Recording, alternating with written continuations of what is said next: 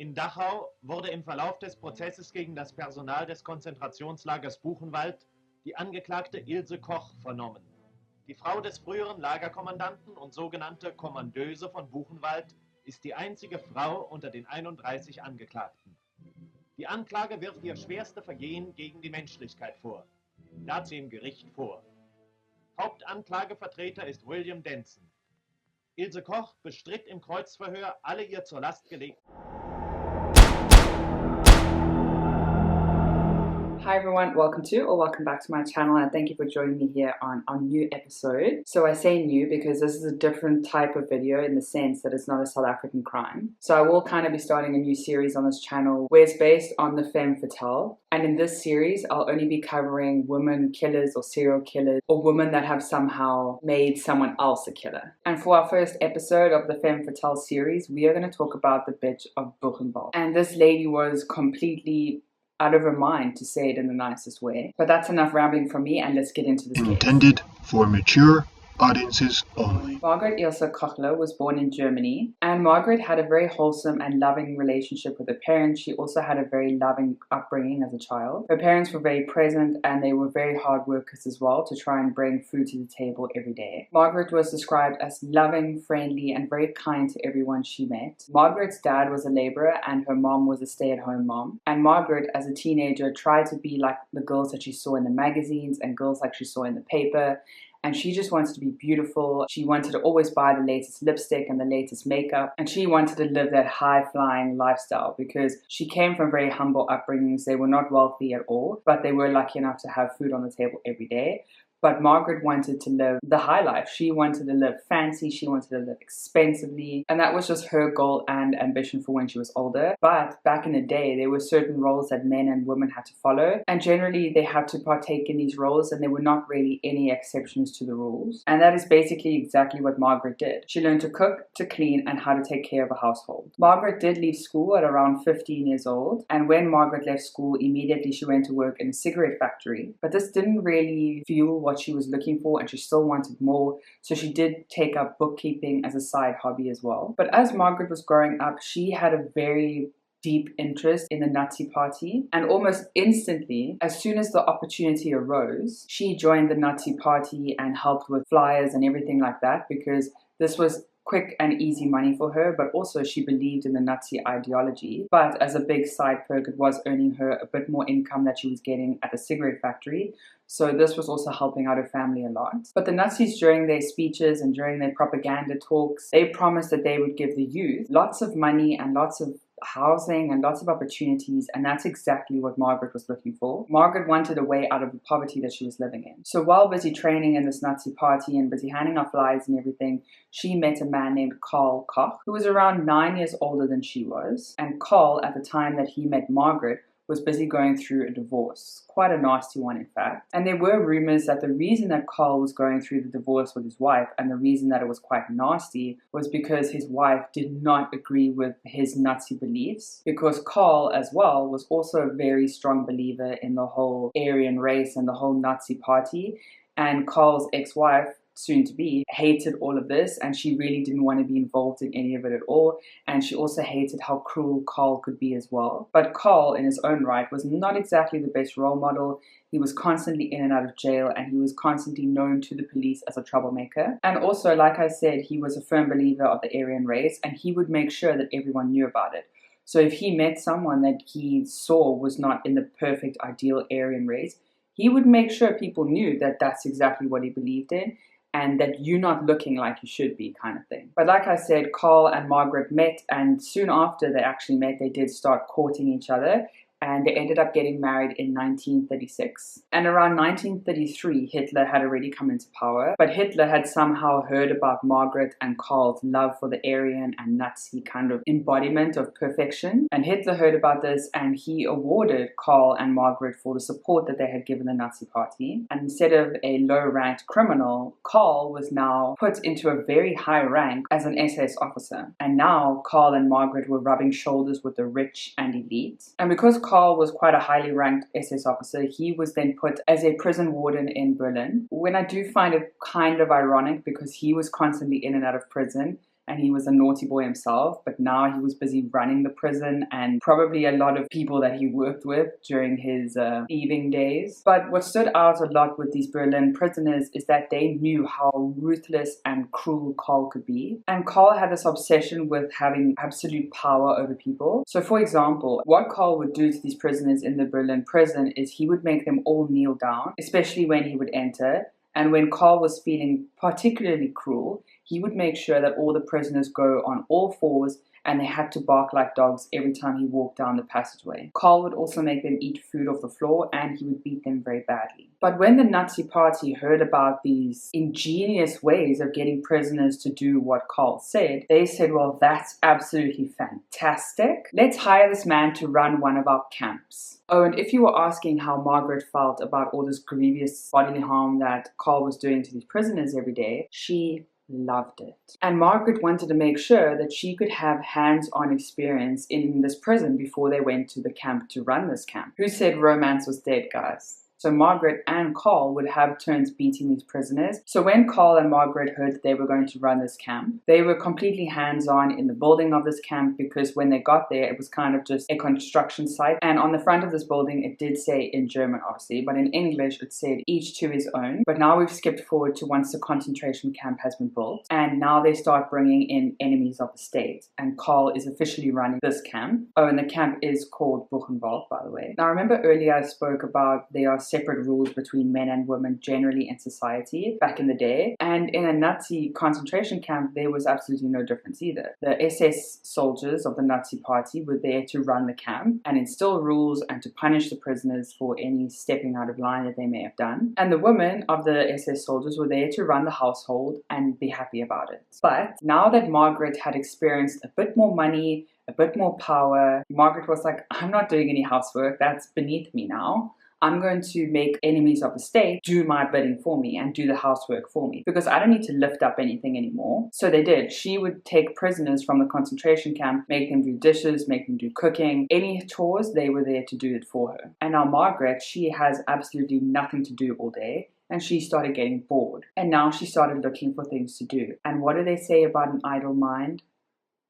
And Margaret's like, well, I kind of really have a passion for horses. So what I'm going to do with the funds of the Nazi Party is I'm going to build myself a massive sports arena where I will then have horses in this arena, and I will ride them and train with them, and that'll be what I'll do all day. And this sports arena that she built would roughly be around $1 million now. So that's a lot of money for back in the 1940s. So day to day, Margaret would then ride the horses, she would brush them, she would talk to them, she would love them, which is a complete 180 to how she treats the prisoners. But Margaret was like, okay, I'm kind of over this now, what can I do next? And then Margaret heard about an unsaid rule from the SS soldiers to the prisoners. And that unsaid rule is that all Jewish male prisoners could not look at the wives of the SS soldiers. If they did look at the wives of the soldiers, they would then be shot on the spot. And Margaret heard about this, and she was like, ooh, that sounds like fun. So Margaret decided that she wanted to test now if this rule was true. So what Margaret did was that she decided to get into her very scandalous lingerie. So what Margaret would do is that she would walk around her house, the stables, the sports arena. She would make sure that she was wearing the tightest clothing. She would bring up the girls, make sure they were sticking out nicely, and she would often wear very short skirts just to see if any prisoner would look at her. So she's a very conniving lady. Now, strangely enough, she would not only pick on the Jewish prisoners, she would also pick on the SS soldiers, especially the young ones. And she would make sure that she would only pick on the soldiers that were ranked under her husband. So whatever she kind of would say would have to go, because she's technically ranked higher than them. So while Karl was away doing who knows what, Margaret would get up to all this trouble. Margaret would go ahead and do all of these naughty things. And like I said earlier, she would pick on the younger SS soldiers. And one of the things that she would do is she would line up all of these young men, these soldiers, and she would tell all of them to strip. And then Margaret would also walk around in her lingerie. And I just don't see why she would do that, but she would look at these men's bodies. And Margaret would not only make those SS soldiers strip, not only wear tight clothing around prisoners, but she would also take it a step further. Margaret would also go into her nicest looking lingerie, go outside into the garden where all these male prisoners are working, and she would go lie outside on a deck chair or on the lawn with bums out and everything. And if one of these male soldiers unwillingly got excited, unwillingly just happened to glance at her, they would be shot in the head on the scene. And for Buchenwald, sadly, like other concentration camps, there were experiments that were going on. There are certain camps that are well known for certain types of experiments, and Buchenwald specifically was focused on homosexuals and how to convert them back. So Margaret was only getting a few dead Jewish soldiers every now and then, and she was getting bored. So she wanted to now get on these experiments that she heard was also going around in the camp. So Margaret was busy riding a horse around one day, and she actually saw one of the doctors who ran the experiments for the camp. And Margaret then went up to this doctor who did the experiments, and she kind of looks around the camp and she says, "Doctor, you see these prisoners, you see how some of them have tattoos? Don't you think that the ones with tattoos are more criminally inclined? So they're more of the bad prisoners. Do you think that that's true?" And now this doctor who was running the experiments was not supposed to take any orders from Margaret. Like, doctors are way ranked above any SS soldiers. So what he did, maybe it was because of some convincing from Margaret and the clothing that she was wearing, or he was just very sadistic in also learning about these experiments and wanting to know as well what Margaret was talking about. So this doctor agreed, and sadly they would take Jewish prisoners into these experiments who had tattoos, and a lot of them, if not most of them, passed away from these experiments. Margaret would then go into the morgue and she would look at the bodies and she would look at their tattoos, and she would then pick the tattoos that she really liked, and she would ask the doctor then to kind of skin them and give them to her. And what would she use the skin for, you may ask? Well, any household items that she felt like using them. Lampshades, knife holders, whatever she felt like, really. Not only would Margaret use these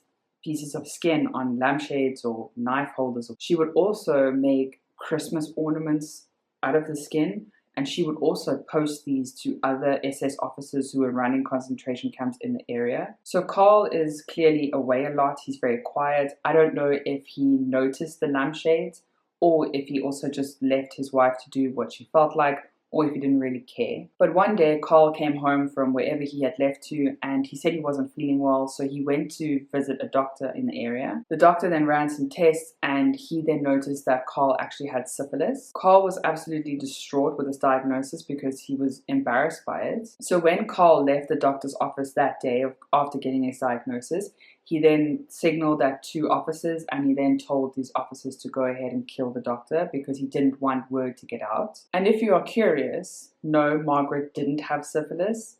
So now remember, Margaret is having an absolute time of her life spending the Nazis' money, but that did not come with no consequences. So in 1942, Carl and Margaret were taken to court for the misappropriation of Nazi party funds. The party also decided then that their torture techniques have gone too far. So Margaret and Carl were sent to jail, and then 2 years later, in 1944, their trial actually began. And at the end of the trial, Margaret was actually sent off scot-free because the judge found that Carl is the head of the household. Remember, he's supposed to run the camp. So Carl had the blame for everything, including the torturing of the prisoners, the experiments, the building of the sports arena, everything. And I do find this quite unfair because Margaret was the one who seduced these men. Margaret was the one who was running around in her almost birthday suit trying to get these prisoners to be shot, which some of them did. But nonetheless, Carl was sentenced to death in 1945, and he was shot to death by a firing squad. And Margaret, to be frank, could not care less. And I completely forgot to tell you that Margaret and Carl did have children together. They had 3 children.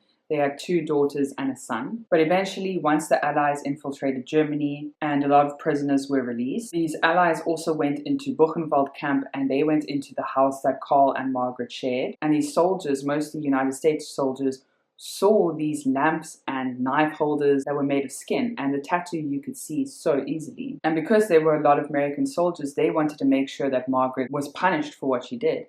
So they went and tracked Margaret down. Of course, Margaret denied it all. She said she was completely innocent and it was all Carl's fault, but no one believed her. So Margaret was put into prison in 1947, and while she was in prison, she actually fell pregnant from another male soldier who was in the prison as well. and she gave birth to a son who was then taken away from her quite shortly after she had given birth. But while Margaret was on trial, the trial was constantly postponed or stopped because there was a lot of hearsay and they couldn't really pinpoint the crimes on her. But eventually the doctor who did the experiments, he was going down anyway from the Americans taking him to trial. So he was going to spill the beans on Margaret as well. And he said that she was guilty of skinning the prisoners after they had passed away. And because of that, she was sentenced to life in prison. But by the time Margaret was sentenced to prison for life, she had 4 children. And Margaret and Cole's children suffered a lot from their parents because her 2 daughters were very embarrassed by the whole situation and who their parents actually were. And as soon as they could, the young daughters got married, they changed their name, and they completely moved on from their parents. And Cole and Margaret's older son